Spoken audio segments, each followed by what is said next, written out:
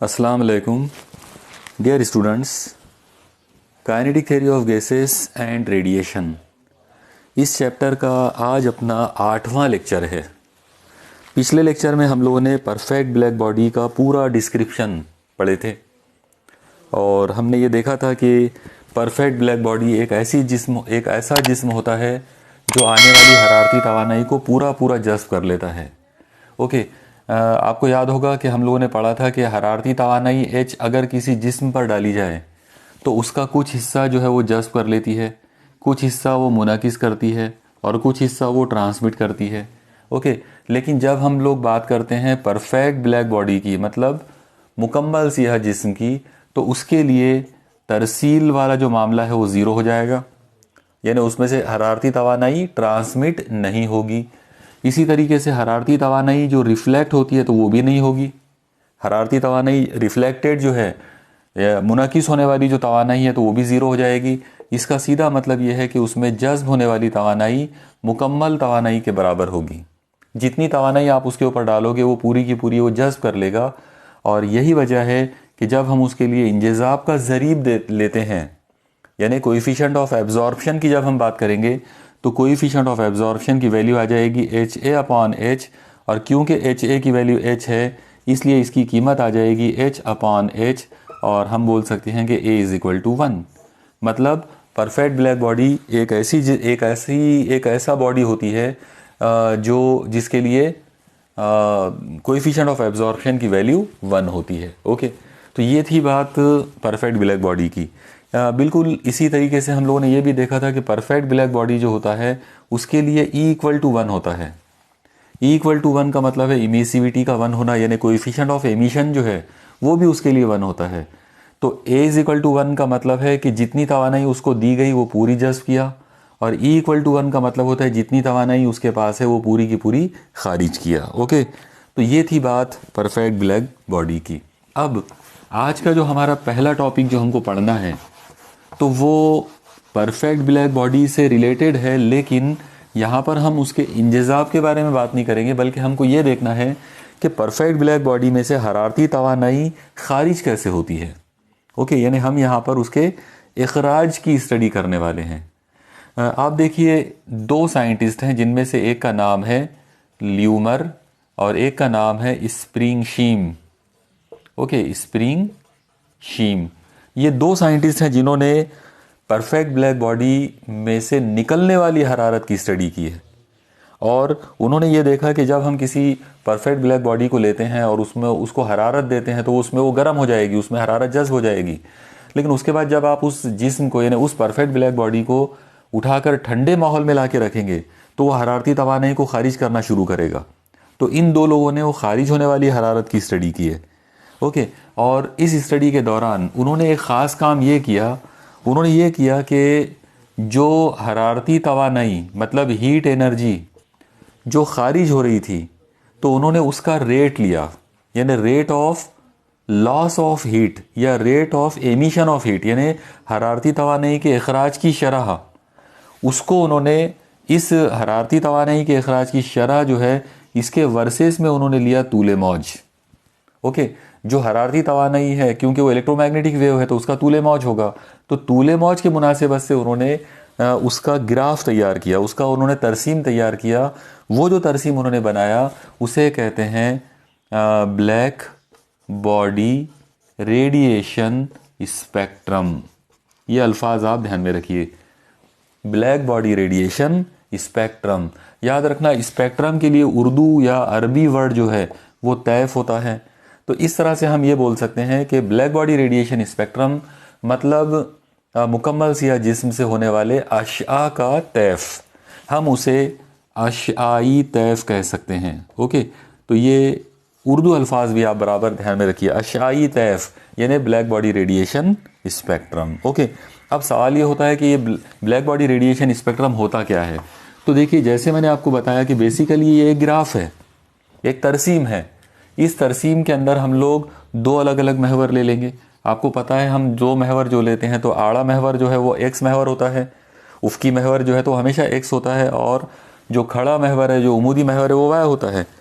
तो ल्यूमर और स्प्रिंगशीम इन दोनों ने जब इसकी स्टडी किया तो उन्होंने यहाँ पर तूले मौज लिया, मतलब इस जगह पर उन्होंने लैम्डा लिए एक्स महवर के ऊपर, और इस जगह पर उन्होंने हरारती तवानाई के अखराज की शरह लिए। मतलब आप यहाँ पर बोल सकते हैं heat energy divided by area into time. ये जो चीज़ है जिसको हम इमिसिव पावर भी कह सकते हैं। ओके, एक्चुअली ये इमिसिव पावर है, अखराजी ताकत है। तो अखराजी ताकत को वाई महवर पे लेना है और एक्स महवर के ऊपर तूले मौज को लेना है। इसके बाद उन्होंने परफेक्ट ब्लैक बॉडी लिया और उसके अलग अलग टेम्परेचर्स के ऊपर, अलग अलग दर्जा हरारत के ऊपर उन्होंने हरारती तवानाई के अखराज और तूले मौज के वर्सेस तरसीम तैयार किए अलग अलग टेम्परेचर्स पे। जैसे मान लो कि एक टेम्परेचर उन्होंने लिया T1। ओके, जस्ट इमेजिन करते हैं, मान लो कि एक टेम्परेचर उन्होंने लिया T1 और T1 टेम्परेचर के ऊपर T1 डिग्री केल्विन, ओके, मुतलक टेम्परेचर पे लेना है। तो T1 डिग्री केल्विन के ऊपर उन्होंने पूरा ग्राफ प्लॉट किए, तो उनको ये ग्राफ कुछ इस तरह से मिला, इस अंदाज में। ओके, ये हो गया T1 टेम्परेचर के लिए। फिर उन्होंने क्या किया कि ये टेम्परेचर को कम किया थोड़ा सा और कम टेम्परेचर लिया T2, और T2 टेम्परेचर के लिए उन्होंने फिर से दोबारा से ये दो चीज़ों का ग्राफ जो है वो तैयार किए। इस मर्तबा जो ग्राफ उनको मिला उसका नेचर कुछ इस तरह से था, इस अंदाज में। ओके, ये हो गया सेकंड नंबर का ग्राफ। इसके बाद उन्होंने और टेम्परेचर डाउन किया, मान लो तीसरा टेम्परेचर ले लिया T3। तो T3 के लिए उनका जो ग्राफ बना वो ग्राफ कुछ इस तरह से था। ओके, और इस तरह से वो टेम्परेचर डाउन करते चले गए और अलग अलग उनको ग्राफ मिलते चले गए। अब आप देखो, ये वाला जो ग्राफ है ये T1 के लिए है, ये वाला जो ग्राफ है ये T2 के लिए, और ये तीसरे वाला जो ग्राफ है ये T3 के लिए। इसमें ख़ास बात यह है कि T1 सबसे बड़ा टेम्परेचर है, T2 उससे छोटा, T3 सबसे छोटा। तो इस ग्राफ को उन्होंने नाम दिया ब्लैक बॉडी रेडिएशन स्पेक्ट्रम। यही हमारा आज का पहला पॉइंट है जिसको हमको डिस्कस करना है। ओके, अब एग्ज़ाम में अगर आपसे ये सवाल पूछते हैं तो ये सवाल जनरली इस तरह से पूछा जाता है कि perfect black body radiation spectrum यानी मुकम्मल सियाह जिस्म से होने वाले अशाई तैफ का नामज़द खाका बनाइए और उसकी वजाहत कीजिए। इस तरह का अगर आपसे सवाल आता है तो सबसे पहले आप उसकी डेफिनेशन लिखोगे। आप याद रखिए, मुकम्मल सियाह जिस्म से होने वाले अशाई तैफ यानी perfect black body radiation spectrum की डेफिनेशन ऐसी होगी, the graph which is plotted between emissive power of a perfect black body versus wavelength। यहाँ पर अगर आप परफेक्ट ब्लैक बॉडी नहीं भी लेते हैं बल्कि जनरल बॉडी भी लेते हैं तो उसको भी जनरली हम लोग परफेक्ट ब्लैक बॉडी जैसा ही ट्रीट करेंगे इस पर्टिकुलर केस के अंदर। ओके, तो ये थी कहानी डेफिनेशन की। उर्दू में हम इसको इस तरह से बोलेंगे कि मुकम्मल सियाह जिस्म से होने वाले हरारती तवानाई के अखराज की शरह और तूले मौज के दरमियान जो तरसीम बनाई जाती है उस तरसीम को मुकम्मल सियाह जिस्म की अशाई तैफ यानी रेडिएशन स्पेक्ट्रम कहा जाता है और उसकी नोयत कुछ ऐसी होती है। ओके, अब आप देखिए इस ग्राफ के अंदर बहुत सारी बातें हैं जो हम इसको देखकर समझ सकते हैं। जैसे आप ग्राफ नंबर 1 देखो, T1 टेम्परेचर के लिए। T1 टेम्परेचर के लिए जो पहली बात हमको नज़र आ रही है वो ये है कि हम जैसे जैसे तूले मौज बढ़ाएंगे, आप देखो यहाँ पर जैसे जैसे हम तूले मौज बढ़ाते जाएंगे वैसे वैसे ये ग्राफ बढ़ते जा रहा है। इसका मतलब तूले मौज बढ़ाने पर हरारती तवानाई का अखराज बढ़ रहा है। ओके, और बढ़ते बढ़ते हुआ ये है कि वो इस जगह पर पहुँच गया एक पर्टिकुलर यानी इस पर्टिकुलर टेम्परेचर T1 के लिए और इस पर्टिकुलर वेवलेंथ के लिए। आप लोग देखो यहाँ पर इस जगह पर मैं इसका नाम वेवलेंथ नंबर 1 रख देता हूँ। तो इसके लिए हरारती तवानाई जो है उसकी मिकदार मान लो कि E1 है, इसको हम पीक वैल्यू बोलेंगे। यहाँ पर ये हरारती तवानाई का जो लॉस है ये मैक्सिमम हो गया। ओके, यानी इस पर्टिकुलर तूले मौज के लिए हरारती तवानाई का लॉस यहाँ पर मैक्सिमम हुआ है। तो इस पर्टिकुलर तूले मौज को हम लोग बोलेंगे वेवलेंथ ऑफ मैक्सिमम एमिशन, मतलब आज़म अखराज वाला तूले मौज, वो तूले मौज जिसके लिए तवानाई का अखराज सबसे ज़्यादा हुआ है। ओके, तो ये हमको पहली चीज़ मिली पहले टेम्परेचर के लिए। अब आप देखो जब हम टेम्परेचर डाउन करेंगे तो सेकंड टेम्परेचर के वहाँ से T2 के वहाँ से हमको ये ग्राफ मिला। यहाँ से ये जैसे जैसे हमारा तूले मौज बढ़ रहा है वैसे वैसे इसकी कीमत बढ़ते जा रही है। यहाँ अगर उसकी कीमत मैक्सिमम हो गई तो चलो मैक्सिमम को हम लोग पहले यहाँ पे प्लॉट कर लेते। मान लो इसका नाम E2 रख देते हैं। तो इसके लिए जो तूले मौज आएगा वो तूले मौज यहाँ कहीं तो भी आएगा, ये λ2 हो गया। ओके, ये हो गया टेम्परेचर नंबर 2 के ग्राफ और उसके लिए lambda 2 wavelength of maximum emission for second temperature. Okay, ये हो गया सेकंड पॉइंट।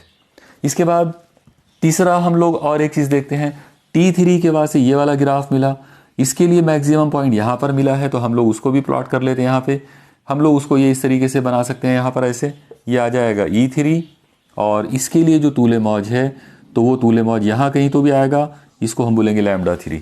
ओके, अब आप एक चीज़ देखो, सबसे पहली जो बात हमको नज़र आ रही वो ये है, पहला पॉइंट जो हम इस ग्राफ को देख के बता सकते हैं वो ये है कि जब हम तूले मौज को बढ़ाते हैं, वेवलेंथ को बढ़ाते हैं, तो हरारती तवानाई का जो इखराज है वो एक जैसा नहीं है, बल्कि वो लगातार चेंज होने वाला है।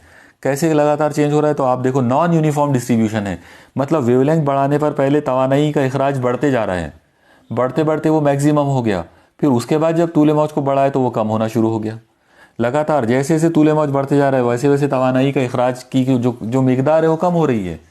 इसका मतलब ये है कि पहला पॉइंट हम ये बोलेंगे कि तूले मौज के साथ तूले मौज बढ़ाते जाने पर, यानी अगर हम उस तूले मौज को लगातार बढ़ाते जाएं तो हरारती तवानाई का इखराज जो है वो गैर मुसलसल होता है, यानी वो गैर यकसा अंदाज में होता है। ओके, तो ये पहला पॉइंट हो गया। दूसरा जो पॉइंट हम लोग यहाँ पर बोल सकते हैं वो ये है कि बड़े टेम्परेचर के लिए, मतलब T1 टेम्परेचर के लिए जो वेवलेंथ ऑफ मैक्सिमम एमिशन है वो लैम्डा 1 है। आप देखो कि T1 सबसे बड़ा टेम्परेचर है, उसके लिए वेवलेंथ नंबर 1 मिला। उससे नीचे वाला टेम्परेचर T2 है, उसके लिए वेवलेंथ लैम्डा 2 मिला। उसके बाद उससे छोटा टेम्परेचर T3 है और उसके लिए wavelength of maximum emission lambda 3 मिला। आप लोग अगर इन वैल्यूज़ में गौर करेंगे तो आपको पता चलेगा कि ये सबसे छोटा है, ये उससे बड़ा है और ये सबसे बड़ा है। जो सबसे बड़ा वेवलेंथ है वो सबसे छोटे टेम्परेचर के लिए है। ओके, तो ये एक अपोजिट बात यहाँ पर नज़र आई कि वेवलेंथ ऑफ मैक्सिमम एमिशन का ताल्लुक टेम्परेचर के साथ में उल्टा है। ओके, यानी टेम्परेचर जो है वो माकूस तनासुब में रहेगा वेवलेंथ ऑफ मैक्सिमम एमिशन के साथ में। तो ये एक बहुत ही मज़ेदार चीज़ इस पर्टिकुलर ग्राफ से या इस पर्टिकुलर स्पेक्ट्रम से नज़र आई। एक बार फिर से आप इस चीज़ को देखो, दोबारा से समझ लो। आप लोग यहाँ पर आप गौर से देखो, इस चीज़ को मैं दोबारा से एक्सप्लेन करूँगा। आप लोग देखो T1 ग्रेटर देन T2 है, ग्रेटर देन T3 है, मतलब टेम्परेचर में T1 सबसे बड़ा टेम्परेचर है, उससे छोटा टेम्परेचर T2 है और सबसे छोटा टेम्परेचर T3 है। T1 के वास्ते, यानी ये T1 वाले ग्राफ के लिए जो वेवलेंथ मिला वो लैम्डा 1 है, तो चलो यहाँ लैम्डा 1 ले लेते। फिर T2 के वास्ते जो ग्राफ मिला, वेवलेंथ मिला वो लैम्डा 2 है, तो चलो लैम्डा 2 ले लेते। T3 के वास्ते जो वेवलेंथ मिला वो लैम्डा 3 है, तो उसको लैम्डा 3 ले लेते। लेकिन यहाँ पर आप देखो ये ग्राफ में ये 0 है, 0 के बाद इधर ये वैल्यूज़ बढ़ते जा रही है। जब ये वैल्यूज़ बढ़ते जाएगी तो सबसे पहले ये आया तो ये सबसे छोटा हो गया, उससे बड़ा ये हो गया, उससे बड़ा ये हो गया, इसके और आगे जाएंगे तो और बढ़ते जाएगी वैल्यू। इसका मतलब लैम्डा 1 सबसे छोटा है, उससे छोटा लैम्डा 2 है, लैम्डा 2 से छोटा, मतलब लैम्डा 2 जो है वो छोटा रहेगा लैम्डा 3 से, तो सबसे छोटा हो गया लैम्डा 1। तो T1 टेम्परेचर के लिए वेवलेंथ लैम्डा 1 है, T1 सबसे बड़ा टेम्परेचर और लैम्डा 1 सबसे छोटा वेवलेंथ। ओके, इसका मतलब ये हुआ कि टेम्परेचर का वेवलेंथ के साथ में जो रिश्ता है वो उल्टा है, यानी T प्रोपोर्शनल टू 1 लैम्डा। ये एक बहुत इंपॉर्टेंट यहाँ पर हमको रिजल्ट मिला। आप याद रखिए, ये जो चीज़ यहाँ पे, ये जो फॉर्मूला यहाँ पे इस ग्राफ के ज़रिए जो चीज़ हमको मिली, इस चीज़ को वीन्स नाम के एक साइंटिस्ट ने, वीन नाम का जो साइंटिस्ट है उन्होंने इसको डिस्कवर किया था। इसे हम कहते हैं वीन्स डिस्प्लेसमेंट लॉ, यानी वीन का हटाव का कानून। ओके, इसको ऐसा नाम क्यों दिया गया है, तो उसका रीज़न ये है कि आप देखो जैसे जैसे आप ग्राफ चेंज, यानी जैसे जैसे आप ग्राफ के अंदर अलग अलग टेम्परेचर्स के लिए आप ग्राफ चेंज कर रहे हो, वैसे वैसे wavelength of maximum emission shift होते जा रहा है। ओके, वैसे वैसे वो बदलते जा रहा है, तो इसलिए इसको वीन्स डिस्प्लेसमेंट लॉ हम कहेंगे। ओके, तो ये थी बात तूले मौज के ताल्लुक से। ओके, तूले मौज यानी तूले मौज कौन सा, आज़म इखराज का तूले मौज और उसका ताल्लुक टेम्परेचर के साथ में। ओके, ये हो गया वीन्स डिस्प्लेसमेंट लॉ, यानी वीन का हटाव का कानून। यहाँ पर आप एक और चीज़ देखो, एक और ख़ास बात यहाँ पे नज़र आ रही है इस पर्टिकुलर ग्राफ के अंदर, वो ये है कि T1 टेम्परेचर सबसे बड़ा है, तो उसके बाद उसके लिए ये कर्व ये वाला है, ग्रीन कलर में ये जो हम देख रहे हैं बड़ा ग्राफ, तो ये है। इसके नीचे का अगर आप एरिया निकालोगे तो इसके नीचे का जो एरिया है वो हरारती तवानाई के अखराज को ज़ाहिर करेगा, यानी जो तवानाई खारिज हो रही है तो उस चीज़ को वो ज़ाहिर करेगा। एक्चुअली वो ज़ाहिर करेगा इमिसिव पावर को। तो यहाँ पर एक और नया साइंटिस्ट जिसका नाम है स्टेफन, और उसी के साथ में एक और है बोल्ट्जमैन। ओके, तो ये दो लोगों ने मिलकर एक चीज़ डिस्कवर किए। उन्होंने ये बताया कि इमिसिव पावर जो है, मतलब हम उसको रेट के रूप में बोल सकते हैं। ओके, इखराजी ताकत या rate of loss of heat energy, तो ये डायरेक्टली प्रोपोर्शनल होती है टेम्परेचर के चौथे कुव्वतनुमा के साथ। Rate of loss of heat energy या emissive power directly proportional to fourth power of temperature, यानी वो जो इखराजी ताकत होती है ब्लैक बॉडी की, वो रास तनासुब में है टेम्परेचर के चौथे कुव्वतनुमा के साथ। ये चीज़ इन लोगों ने डिस्कवर की है, इसे हम स्टेफन बोल्ट्जमैन लॉ कहते हैं, और वो भी ब्लैक बॉडी रेडिएशन स्पेक्ट्रम से ही अखज़ किया जा सकता है। ओके, तो ये थी कहानी परफेक्ट ब्लैक बॉडी के रेडिएशन स्पेक्ट्रम की, और इस ग्राफ के ज़रिए इन चीज़ों को जो है हम यहाँ से स्टडी कर सकते हैं। जो ओरिजिनल जो ग्राफ मतलब जो मिला था ल्यूमर और स्प्रिंगशीम को, वो अब आपके स्क्रीन पर आपको नज़र आ रहा है। तो आप देखिए इस तरीके से उन्होंने अलग अलग टेम्परेचर्स पर ये वैल्यूज़ प्लॉट किए थे और उनको इस तरह का ग्राफ मिला था। ओके, ये हो गया हमारा आज का पहला पॉइंट। अब आज के इस मतलब पहला पॉइंट में से, मतलब ब्लैक बॉडी रेडिएशन स्पेक्ट्रम, इसी पॉइंट में से हमने, जैसा कि अभी हमने पढ़ा वीन्स लॉ। ओके, तो वीन्स डिस्प्लेसमेंट लॉ या सिर्फ वीन्स लॉ या वीन का हटाव का कानून, तो हमने देखा कि टेम्परेचर जो है, दर्जा हरारत उस ब्लैक बॉडी का, वो माकूस तनासुब में है वेवलेंथ के साथ में। कौन सा wavelength? Wavelength of maximum emission. तो हम लोग एक काम कर सकते हैं, यहाँ पर इसको मैक्सिमम लगा देते हैं इसके सफिक्स में। यहाँ पे याद रखो लैम्डा मैक्स का मतलब मैक्सिमम वेवलेंथ नहीं है, बल्कि वेवलेंथ ऑफ मैक्सिमम एमिशन है। ओके, और अब ये जो प्रोपोर्शनलिटी का जो साइन है इसको हटा लेते, तो अगर इसको हटा लेते हैं तो यहाँ पर एक कांस्टेंट b आ जाएगा, तो b इंटू 1 लैम्डा मैक्स, बाद में लैम्डा मैक्स को आप इधर शिफ्ट कर लो, ये कुछ ऐसा हो जाएगा t into lambda max is equal to b। आप लोग याद रखो ये जो छोटा सा फॉर्मूला आपके सामने दिख रहा है, इसे हम कहते हैं वीन्स डिस्प्लेसमेंट लॉ, मतलब वीन का हटाव का कानून। तो ये जो फॉर्मूला आपके सामने अभी दिख रहा है, तो इसको हम लोग कुछ इस तरह से भी बोल सकते हैं कि दर्जा हरारत और आज़म इखराज का तूल मौज, इन दो लोगों का जो हासिल ज़रब है वो हमेशा कांस्टेंट होता है। जो कांस्टेंट यहाँ पर b हमने इस्तेमाल करे उसे वीन का मुस्तकिल कहते हैं। इंग्लिश में हम इसको इस तरह से कहेंगे, the product of temperature and wavelength of maximum emission is always constant and that constant value is known as Wien's constant. Okay, ये जो वीन्स का जो मुस्तकिल है, तो इसकी एक पर्टिकुलर एक वैल्यू है जो आपको याद रखना पड़ेगा न्यूमेरिकल्स वगैरह के अंदर। उसकी वैल्यू होती है 2.897 इंटू 10 का पावर -3। ओके, जब हम इसकी वैल्यू, मतलब ये जो वैल्यू हमारे पास है 2.897 इंटू 10 का पावर -3, इसकी एसआई यूनिट इसको देखकर हम लगा सकते हैं। आप देखो टेम्परेचर है तो डिग्री केल्विन, और तूले मौज जो है वो मीटर में गिना जाएगा एसआई निज़ाम के अंदर, इसका मतलब वो आ जाएगा metre into degree kelvin. Okay, इसको थोड़ा सा सोच समझ के लिखना आप लोगों ने, पहले मीटर बाद में डिग्री केल्विन। गलती से अगर आपने इसको ऐसा लिख दिया तो इसको किलोमीटर पढ़ा जा सकता है गलती से। ओके, तो थोड़ा सा आप याद रखें कि पहले मीटर लिखेंगे और बाद में डिग्री केल्विन लिखेंगे, ताकि वो कन्फ्यूजन में किलोमीटर नज़र ना आए।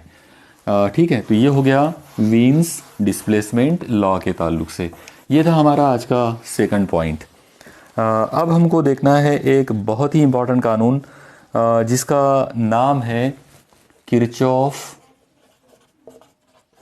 किरचॉफ्स रेडिएशन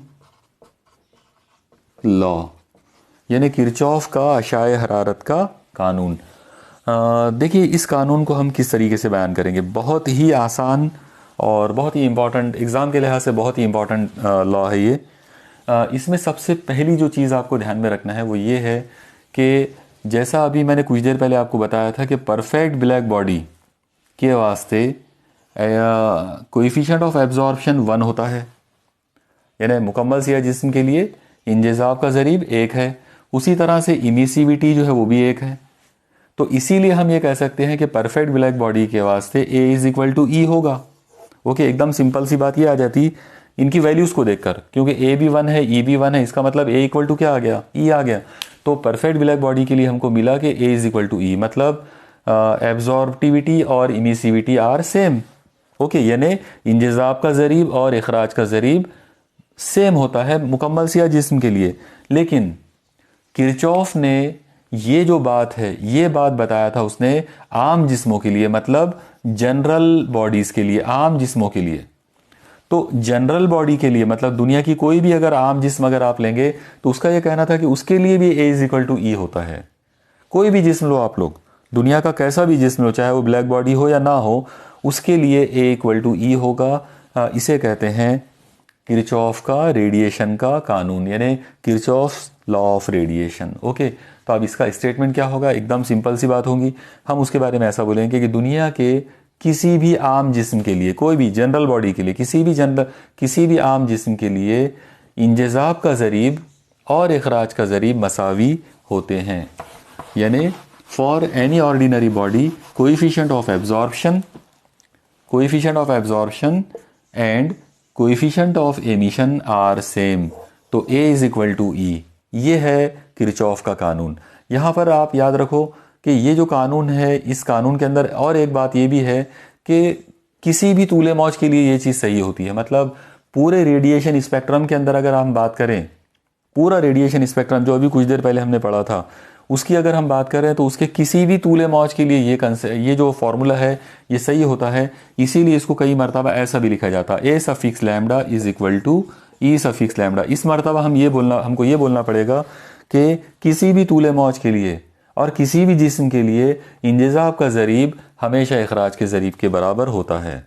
उर्दू में हम इसको ऐसा भी बोल सकते हैं कि इंजेज़ाबियत और इखराजियत मसावी होते हैं। यह है किरचॉफ का कानून। ओके, अब सवाल ये आएगा कि हम इसको प्रूफ कैसे करेंगे।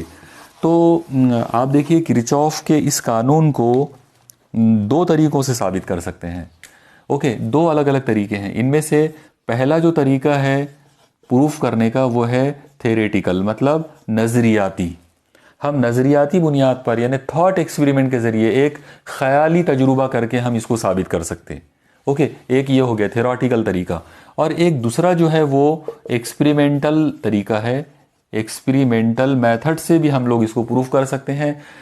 ये जो एक्सपेरिमेंट है ये रिची नाम के एक साइंटिस्ट ने किए थे। रिचीज़ एक्सपेरिमेंट, यानी रिची के एक्सपेरिमेंट के ज़रिए हम किरचॉफ का जो कानून है उसको साबित कर सकते हैं। लेकिन अपना जो अभी फ़िलहाल जो नया सिलेबस है उसके मुताबिक एक्सपेरिमेंटल मेथड, मतलब रिचीज़ एक्सपेरिमेंट का जो तरीका है वो अभी हमारे सिलेबस में है नहीं। इसलिए अब हमारे सिलेबस में सिर्फ थ्योरेटिकल प्रूफ बचा है, मतलब नज़रियाती तरीके से हमको इसको साबित करना है एक थॉट एक्सपेरिमेंट के ज़रिए।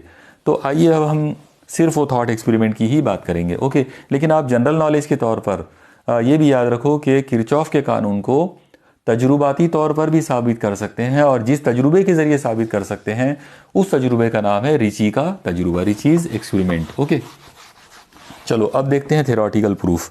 थ्योरेटिकल प्रूफ के अंदर सबसे पहले हम लोग एक थर्मास फ्लास्क जैसी चीज़ तैयार करेंगे। थर्मास फ्लास्क आप लोग याद रखो कि वो एक ऐसा चैम्बर होता है जिसके अंदर टेम्परेचर कांस्टेंट रहता। तो यहाँ पर मैंने ये एक डबल वॉल्ड एक चैम्बर लिया, और याद रखो कि ये चैम्बर कांस्टेंट टेम्परेचर एनक्लोजर है, मतलब इसके अंदर का टेम्परेचर जो है वो कांस्टेंट है। अब मैं एक काम करूँगा, इसके अंदर मैं यहाँ पे 2 जिस्म लूँगा। इमेजिनेशन करना है आपको, ये 2 जिस्म लेना है जिसमें से एक जो है वो ऑर्डिनरी जिस्म है, मान लो कि उसका नाम O रख देते हैं, और ये दूसरे वाला जो जिस्म है तो मान लो कि ये ब्लैक बॉडी है। ओके, ये ब्लैक बॉडी और ये ऑर्डिनरी जिस्म, दोनों का रकबा बिल्कुल सेम है। एक और चीज़ कर लेते हैं, मान लो कि दोनों का रकबा इकाई है, मतलब 1 ले लेते हैं। दोनों का जो सरफेस एरिया है दोनों बॉडीज़ का, वो सरफेस एरिया सेम है और यूनिट है, 1 है। ओके, अब ऐसा इमेजिन करो आप लोग कि मान लो H हरारती तवानाई है, H जो है वो हीट एनर्जी है, जो ऑर्डिनरी बॉडी को दी गई। थोड़ी देर के लिए हम लोग स्टार्ट करेंगे ऑर्डिनरी बॉडी से पहले, ओके। तो मान लो कि आम जिस्म जो है ऑर्डिनरी बॉडी, उसको एच हरारती तवानाई दी गई। जब उसको एच हरारती तवानाई देंगे तो वो उसमें से कुछ जज्ब करेगा, क्योंकि वो ऑर्डिनरी है तो वो पूरा तो जज्ब करने वाला है नहीं, ओके। सपोज करो कि उसका इंजेज़ाब का ज़रीब ए है, तो फिर उसके लिए फार्मूला बन जाएगा H A upon H, okay. H A का मतलब है हीट एब्जॉर्ब्ड और एच का मतलब उसको दी जाने वाली टोटल हीट। अब आप ये एच को इधर शिफ्ट कर लो तो आपको फार्मूला मिलेगा H A is equal to A into H. आप लोग देखो ये जो फार्मूला आपको मिला ये वो हरारती तवानाई है जो इसने जज्ब किया, ऑर्डिनरी बॉडी ने जज्ब किया, ओके। क्लियर, ये हो गया मान लो इक्वेशन 1 या पहला पॉइंट हो गया। अब आप एक चीज़ देखो कि अगर इसने इतनी हरारती तवानाई जो है अगर इसने जज्ब किया है तो ये कुछ ना कुछ तवानाई जो है ये खारिज भी करेगा। तो सपोज करो कि इसका जो इमिसिव पावर है वो ई है, ओके। हम उसको आर भी ले सकते हैं, जैसा इससे पहले हम लोगों ने आर भी लिया था, लेकिन आप उसको चाहो तो ई भी ले सकते हो। इमिसिव पावर कैपिटल ई ले सकते हैं। तो capital E is equal to, अब इसका अगर हम फार्मूला बनाएंगे तो इसका फार्मूला आ जाएगा हरारती तवानाई जो ये खारिज करेगा divided by area into time, okay. मैं यहाँ पर ये जो हरारती तवानाई है इसको डेल्टा एच लिख देता हूँ ताकि वो आप एच के साथ कन्फ्यूजन में ना आ जाओ। एच वो तवानाई है जो उसने उसको उसके ऊपर डाली गई थी, और मान लो कि डेल्टा एच वो तवानाई है जो उसने खारिज किया। और कहाँ से खारिज किया? इकाई रकबे में से, इकाई वक्त में, ओके। अब ए इक्वल टू 1 ले लिया है, सपोज करो टी इज इक्वल टू 1 है, टाइम को भी हम 1 ले लेते। तो अगर ऐसा है तो हम यहाँ पर बोल सकते हैं कि E इज इक्वल टू आ जाएगा डेल्टा एच। डेल्टा एच का मतलब है amount of heat emitted by the ordinary body, okay. Clear.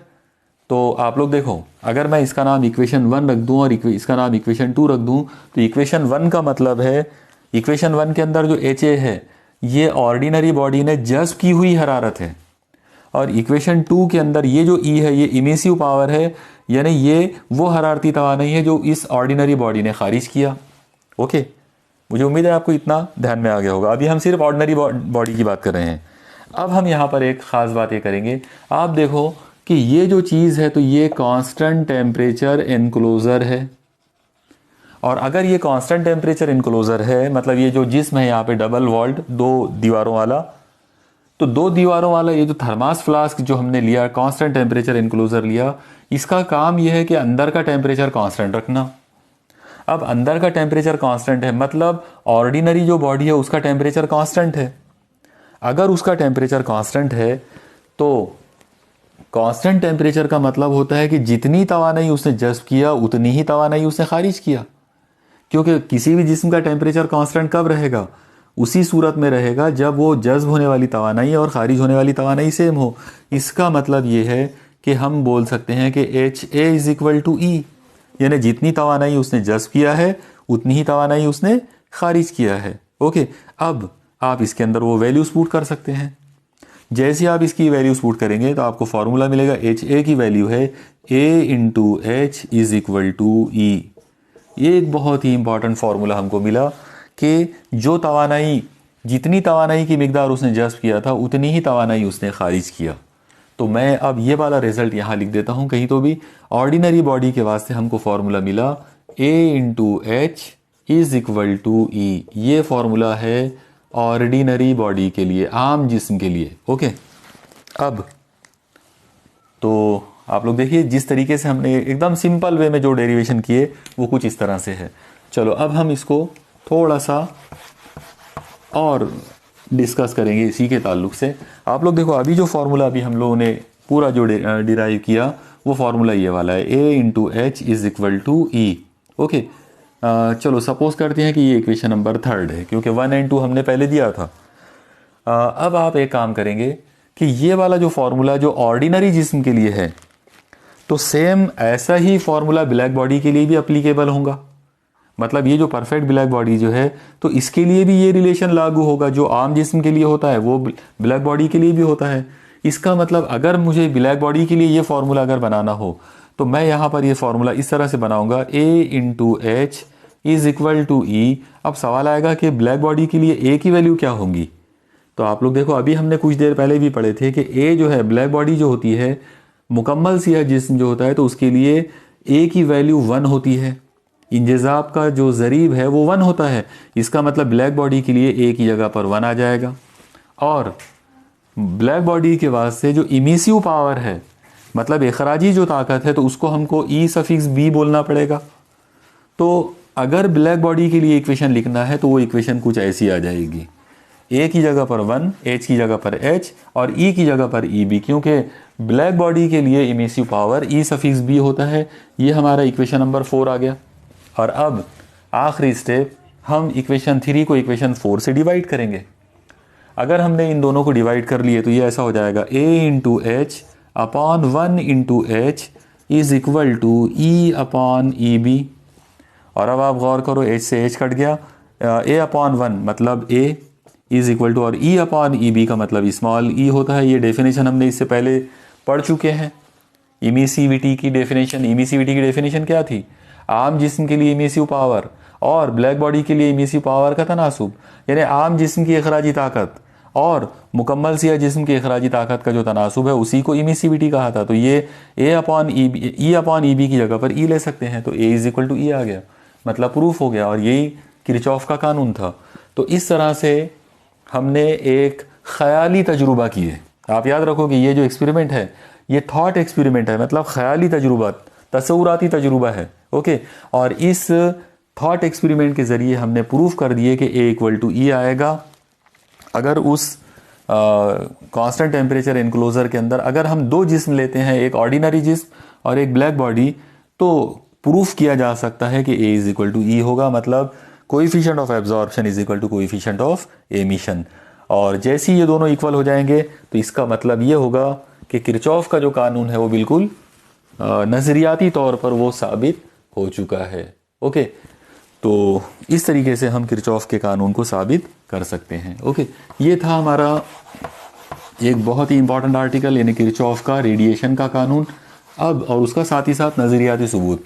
जैसा मैंने आपको शुरू में बताया कि इसको तजुर्बाती तौर पे भी साबित कर सकते हैं, और इसको साबित जिसने किया था उन साइंटिस्ट का नाम है रिची, यानी रिचीज़ एक्सपेरिमेंट के ज़रिए इसको एक्सपेरिमेंटली भी प्रूफ किया जा सकता है। लेकिन क्योंकि वो सिलेबस में नहीं है, इसलिए फ़िलहाल हम उसको डिस्कस नहीं करेंगे। ओके, अब इस चैप्टर का आखिरी पॉइंट जो हमको देखना है वो है स्टेफन बोल्ट्जमैन लास्ट कानून, यानी आखिरी पॉइंट जो हमको डिस्कस करना है इस चैप्टर का, तो वो है स्टेफन बोल्ट्जमैन लॉ, यानी स्टेफन और बोल्ट्जमैन का कानून। अब देखिए, ये कानून बहुत ही सिंपल है। जैसा अभी मैंने कुछ देर पहले ब्लैक बॉडी रेडिएशन स्पेक्ट्रम का जो ग्राफ था उसको लेकर आपको मैंने बताया था, तो बिल्कुल उसी चीज़ को यहाँ पर बुनियाद बनाकर हम यहाँ भी इसको हम पढ़ सकते हैं। देखिए, सबसे पहले आप एक ब्लैक बॉडी लो और उस ब्लैक बॉडी का जो इमिसिव पावर है वो आपको लेना है। ओके, यानी इस कानून का स्टेटमेंट समझने के लिए आप सबसे पहले एक मुकम्मल सिया जिस्म लेंगे और मान लो कि उसका जो इमिसिव पावर है, उसकी जो इखराजी ताकत है वो ई बी है। सपोज करो कि उसका टेम्परेचर जो है वो कैपिटल टी है।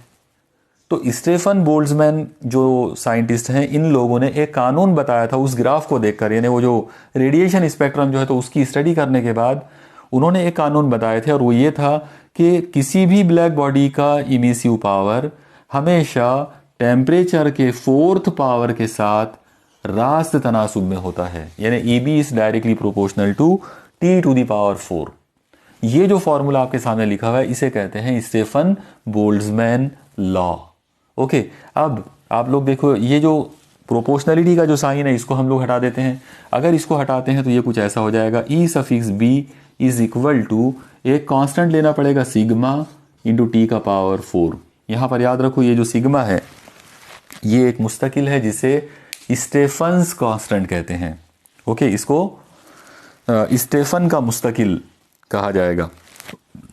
ओके, मुझे उम्मीद है कि आपको ये यहाँ तक ये पूरा जो फॉर्मूला या कानून जो है वो समझ में आ गया होगा। अब हमको ये देखना है कि स्टेफन के का ये जो कांस्टेंट है, तो हम इसको कैसे डिफ़ाइन कर सकते हैं। तो इसको डिफ़ाइन करने के लिए पहले हमको ये वाली जो चीज़ है इमिसिव पावर जो है यानी इखराजी ताकत जो है, पहले इसको हमको सॉल्व करना पड़ेगा। आप देखो इसको किस तरह से सॉल्व कर सकते हैं। इखराजी ताकत या इमिसिव पावर का मतलब होता है हरारती तवानाई की वो मिकदार जो इकाई रकबे में से इकाई वक्त में खारिज होती है। हरारती तवानाई की वो मिकदार जो इकाई रकबे में से इकाई वक्त में यानी यूनिट सरफेस एरिया में से और यूनिट टाइम के अंदर जो हीट का लॉस होगा वो इमिसिव पावर है।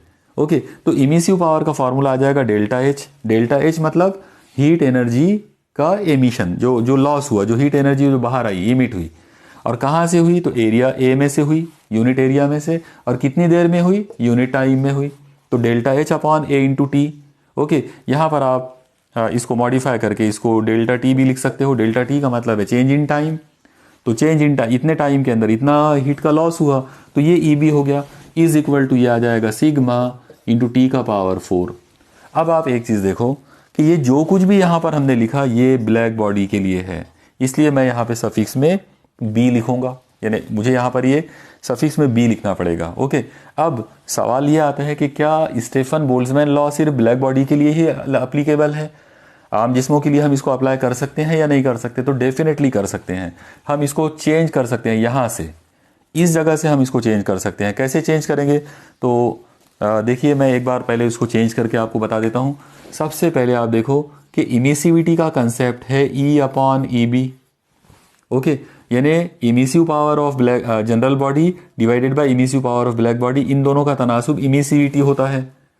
अब आप एक काम करो, इस ई बी को इधर शिफ्ट कर दो, तो ये कुछ ऐसा हो जाएगा E into E B is equal to E. आप देखो ये एक बहुत इंपॉर्टेंट चीज़ आपको मिल गई, और इससे हमको एक चीज़ नज़र आ रही है, और वो ये है कि ब्लैक बॉडी का जो इमिसिव पावर है, अगर उसको इमिसिविटी से अगर मल्टीप्लाई कर दिए तो वो emissive power of ordinary body बन जाता। एक बार फिर सुनो आप लोग, देखो क्या क्या मिला हमको रिजल्ट, बहुत इंपॉर्टेंट रिजल्ट है। क्या रिजल्ट मिला? ब्लैक बॉडी के इमिसिव पावर को इमिसिविटी से मल्टीप्लाई करे तो क्या चीज़ मिली? इमिसिव पावर मिला ऑर्डिनरी बॉडी का। मतलब इसको अगर ऑर्डिनरी बॉडी के लिए कन्वर्ट करना है तो इसको ई से मल्टीप्लाई करना पड़ेगा। तो हम एक काम करते हैं, अगर हमको ये बी हटाना है तो उसके लिए पहले दोनों साइड को ई से मल्टीप्लाई कर दो। जाहिर है इधर करेंगे तो उधर भी मल्टीप्लाई करना पड़ेगा। ओके, लेकिन जैसे हम ये ई से मल्टीप्लाई करेंगे, अब ये ब्लैक बॉडी का नहीं रहा, अब ये आम जिस्म के लिए बन गया। इसलिए अगली स्टेप के अंदर हम इसको बोल सकते हैं delta H upon A into delta T ordinary body के लिए is equal to E into sigma into T का पावर 4। ओके, देखो किस तरीके से हमने इसको मॉडिफाई किया है। ये ई से मल्टीप्लाई करने की वजह से ये पूरा का पूरा जो था ये चेंज हो गया ऑर्डिनरी बॉडी के लिए, तो ये वाली जो चीज़ है ये आम जिस्म के लिए है, अब ये ब्लैक बॉडी के लिए नहीं रहा। ओके, चलो और इसको आगे बढ़ाते हैं थोड़ा सा। अब आप देखो कि ये जो फॉर्मूला आपके पास है इसमें से आप ए को उधर भेज दो। अगर आपने ए को उधर शिफ्ट किया तो ये कुछ ऐसा हो जाएगा, delta H upon delta T is equal to, ये ए इधर अपॉन में है, आप उसको उधर भेजेंगे तो ये ऊपर जाएगा, ये हो जाएगा A into E into sigma into T का पावर 4। ओके, तो ये हमारे पास एक फॉर्मूला आ गया delta H by delta T का। अब देखो डेल्टा एच यानी हरारती तवानाई का लॉस अपॉन डेल्टा टी यानी टाइम, तो rate of loss of heat, इसको हम थोड़ी देर के लिए आर बोल सकते हैं। Okay, rate of loss of heat है, इसको कोई भी अलामा से जाहिर किया जा सकता, तो मान लो इसको आर लिख देते हैं, तो आर इज इक्वल टू आ गया A into E into sigma into T का पावर 4। ये फॉर्मूले पर से हम लोग सिग्मा को डिफाइन कर सकते हैं। कैसे डिफाइन करेंगे? आप देखो, सिग्मा को यहीं रहने दो और बाकी लोगों को इधर शिफ्ट कर दो। ये फॉर्मूला ऐसा बन जाएगा, sigma is equal to R upon A into E into T का पावर 4। ये फॉर्मूला स्टेफन्स कांस्टेंट को जाहिर करेगा। ओके, स्टेफन का जो मुस्तकिल है ये उसको जाहिर करेगा। और कैसे डिफाइन करोगे इसको देखकर? तो एकदम सिंपल है। आप देखो ऊपर आर है, आर का मतलब है delta H by delta T, मतलब rate of loss of heat energy from the body, ordinary body. तो हम उसको इस तरह से बोलेंगे कि किसी भी आम जिस्म में से खारिज होने वाली हरारती तवानाई की शरह और उस जिस्म के सतही रकबे और इमिसिविटी और टेम्परेचर के चौथे पावर का तनासुब मुस्तकिल होता है, उसे स्टेफन का मुस्तकिल कहते हैं। ओके, एक बार फिर से सुनो आप, डेफिनेशन क्या बयान करेंगे, एकदम आसान सी डेफिनेशन है। इसको डिफाइन करने का तरीका, पहला तरीका तो यही वाला है कि delta H by delta T मतलब हरारती तवानाई के इखराज की शरह का तनासुब लेना है, किसके साथ में, रकबे के साथ, इमिसिविटी के साथ और टेम्परेचर के चौथे पावर के साथ।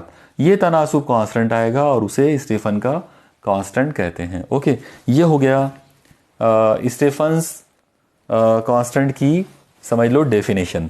अब हमको देखना है कि क्या इसकी हम यूनिट वगैरह बना सकते हैं, तो इजीली इसकी यूनिट बना सकते हैं इस फॉर्मूले को देखकर। और ये बहुत इंपॉर्टेंट यूनिट होगी, जो भी यूनिट इसकी बनने वाली है तो वो बहुत इंपॉर्टेंट है एग्जाम के लिहाज से। ओके, तो चलो देखते हैं। अगर हमको एसआई निज़ाम में इसकी यूनिट बनाना है, ऊपर आप देखो delta H by delta T.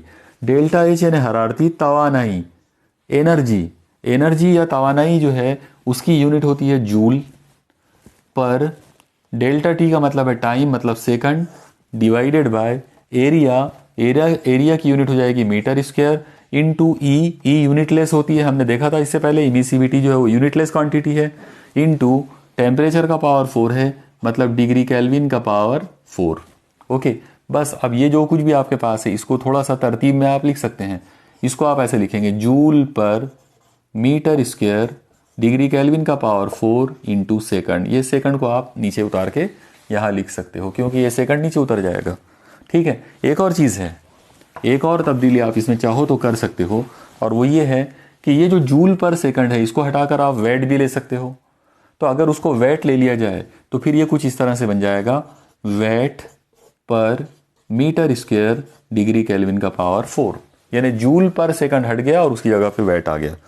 तो एसआई निज़ाम में स्टेफन के मुस्तकिल की ये यूनिट रहेगी। ओके, अब आप एक और काम कर सकते हैं, इसकी हम ये फॉर्मूले को देखकर इसका डायमेंशन भी बना सकते। देखो इसका डायमेंशन किस तरीके से आएगा, यहाँ से हम उसको स्टार्ट करेंगे इस जगह से। सबसे पहले जैसा आप देख रहे हो कि ऊपर जूल है, नीचे सेकंड है, मीटर स्क्वायर है और डिग्री केल्विन का पावर 4 है। गौर से देखो आप लोग हर चीज़ को, ऊपर जो जूल है, जूल का मतलब है वर्क यानी काम या तवानाई, और तवानाई या काम का मतलब होता है कुव्वत और हटाव का हासिल ज़रब। इसका मतलब जहाँ पर जूल होता है उसको हटाकर आप न्यूटन इंटू मीटर ले सकते, तो उसको हटाकर हमने न्यूटन इंटू मीटर ले लिए। अब आप लोग देखो क्या होगा, ऊपर ये मीटर है और ये नीचे मीटर का स्क्वायर है तो ये कट गया। अब जो चीज़ बच गई वो क्या है, ऊपर से है न्यूटन डिवाइडेड बाय नीचे है second into metre into degree kelvin का पावर 4। ओके, देखो आप बराबर, जूल को हमने पहले न्यूटन मीटर लिखे, मीटर को मीटर के स्क्वायर से कट कर दिए। अब जो कुछ भी हमारे सामने बचा हुआ है इसको आप डायमेंशन में कन्वर्ट कर सकते हो। देखो इसको अगर मैं डायमेंशन में लिखूं, मतलब अगर यहाँ पर मेरे पास अगर सिग्मा का अगर मुझे डायमेंशन लिखना है तो न्यूटन का डायमेंशन आ जाए, न्यूटन यानी फोर्स, कुव्वत, और कुव्वत का डायमेंशन होता है L1 M1 T-2। इसको याद कर लो, कुव्वत का यानी न्यूटन का जो डायमेंशन है वो क्या है, L1 M1 T-2। अब अपॉन में नीचे देखो सेकंड यानी टाइम तो T1, उसके बाजू में है मीटर यानी लंबाई तो L1, उसके बाजू में है टेम्परेचर को आमतौर पर हम थीटा से डिनोट करेंगे डायमेंशन में, और उसका पावर 4 है तो इसका पावर 4 हो जाएगा। ओके, और अब आप इन लोगों को तरतीब से लिख सकते हैं। तो देखो जैसे ही इसको आप तरतीब से लिखेंगे, चलो मैं यहाँ लिख देता हूँ इस जगह पे, इसका जो डायमेंशन आएगा वो कुछ ऐसा आ जाएगा, L M T और थीटा, ऐसे 4 लोग आएंगे इसके अंदर। सबसे पहले L को देखते हैं। आप लोग देखो ऊपर L1 है और नीचे L1 है, तो L1 से L1 कट गया। ओके, इसका मतलब L0 हो गया, तो यहाँ पर L0। अब M को चेक करो, ऊपर M1 है और कोई M है नहीं, इसलिए M1। इसके बाद ये T1 को ऊपर शिफ्ट करो तो ये ऊपर आकर माइनस हो जाएगा, तो -2 और ये -1, ये हो जाएगा -3, और ये थीटा का पावर 4 है नीचे, इसको ऊपर ले जाएंगे तो ये हो जाएगा -4। तो इस तरीके से डायमेंशन ऑफ स्टेफन्स कांस्टेंट जो हमको मिला वो इतना मिला, यानी L0 M1 T-3 और थीटा -4, ये उसका आबाद हो गया, ये उसका डायमेंशन है। ओके, चलो यहाँ पर स्टेफन्स कांस्टेंट जो है उसकी डिटेल कंप्लीट हो गई। साथ ही साथ मैं आपको ये भी बता दूं कि स्टेफन कांस्टेंट की एसआई निज़ाम में जो वैल्यू है वो है 5.67 × 10⁻⁸ SI यूनिट, और एसआई यूनिट क्या है, अभी हमने जैसा देखा था वैट पर मीटर स्क्वायर डिग्री केल्विन का पावर 4। ओके, तो ये उसका नंबर याद रखो। ये नंबर याद रखना भी बहुत आसान है क्योंकि इसके अंदर जो नंबर है वो देखो आप क्या है, 5, 6, 7, 8। तो इजीली आप याद रख सकते हैं 5.67 इंटू 10 का पावर -8। ठीक है, चलो ये हो गया स्टेफन कांस्टेंट की कीमत और उसका एसआई यूनिट और उसका डायमेंशन। एक और चीज़ यहाँ पर मैं आपको बता दूँ कि स्टेफन कांस्टेंट जो है, ये जो स्टेफन लॉ जो है, स्टेफन बोल्ट्जमैन लॉ जो है, इसको हम थोड़ा सा मॉडिफाई करके भी लिख सकते हैं। अभी हमने जैसा देखे थे कि स्टेफन यानी लॉ जो है वो कुछ इस तरह से था, E B proportional to T का पावर 4, और फिर हमने यहाँ पर उसको इस तरह से लिखे थे is equal to sigma into T का पावर 4। आप ऐसा इमेजिन करो कि ये जो कुछ भी है, मतलब टी जो है यहाँ पर वो उस जिस्म का टेम्परेचर है, ब्लैक बॉडी का टेम्परेचर है। अगर आपको माहौल का टेम्परेचर दिया जाए, सपोज करो कि एक जिस्म का टेम्परेचर टी है और माहौल का टेम्परेचर T0 है, यानी माहौल का टेम्परेचर अगर नहीं दिए तो कोई बात नहीं, फिर हम ये फॉर्मूला यूज़ करेंगे, ये स्टेफन्स लॉ है। लेकिन अगर माहौल का टेम्परेचर भी दिया जाए तो फिर उस सूरत में ये फॉर्मूला थोड़ा सा मॉडिफाई हो जाएगा, वो हो जाएगा E B is equal to sigma in bracket T का पावर 4 माइनस T0 का पावर 4। तो ये फॉर्मूला हम लोग स्टेफन्स लॉ के तौर पर यूज़ करेंगे, लेकिन उस वक्त जब माहौल का टेम्परेचर दिया गया हो। ओके, मुझे पूरा यकीन है कि आपको आज के चारों पॉइंट्स जो है वो समझ में आए होंगे। आज जो 4 पॉइंट हमने देखे थे उसमें सबसे पहले हमने radiation, black body radiation spectrum देखा, फिर हमने वीन्स डिस्प्लेसमेंट लॉ देखा, यानी वीन्स का हटाव का कानून देखे, फिर किरचॉफ का रेडिएशन लॉ आया, फिर उसका प्रूफ आया, और आखिर में हमने स्टेफन बोल्ट्जमैन लॉ देखे और उसका जो मुस्तकिल है हमने उसका डिटेल्स देखे। साथ ही साथ यहाँ पर हमने ये भी देखा कि स्टेफन्स लॉ जो है उसको हम ऐसे लिख सकते हैं अगर माहौल का टेम्परेचर दिया हुआ ना हो तो, और इसी कानून को हम ऐसा लिख सकते हैं अगर माहौल का टेम्परेचर T0 अगर दिया गया हो तो। ओके, यहाँ पर अब kinetic theory of gases and radiation, इस चैप्टर, ये वाला जो चैप्टर है, तो ये पूरी तरह से थियोरेटिकली, मतलब इसका जो थ्योरी वाला जो पार्ट है ये पूरी तरह से कंप्लीट हो गया है। अब हमारा इस चैप्टर के सिर्फ न्यूमेरिकल्स बाकी हैं, तो वो इंशाल्लाह अगला जो लेक्चर है वो इस चैप्टर के बहुत ही ख़ास जो न्यूमेरिकल्स हैं तो उन्हीं के लिए रहेगा। ओके, तो चलिए स्टडी करते रहिए और अगर कोई डिफ़िकल्टीज़ हो तो शेयर करते रहिए। ओके, अल्लाह हाफिज़।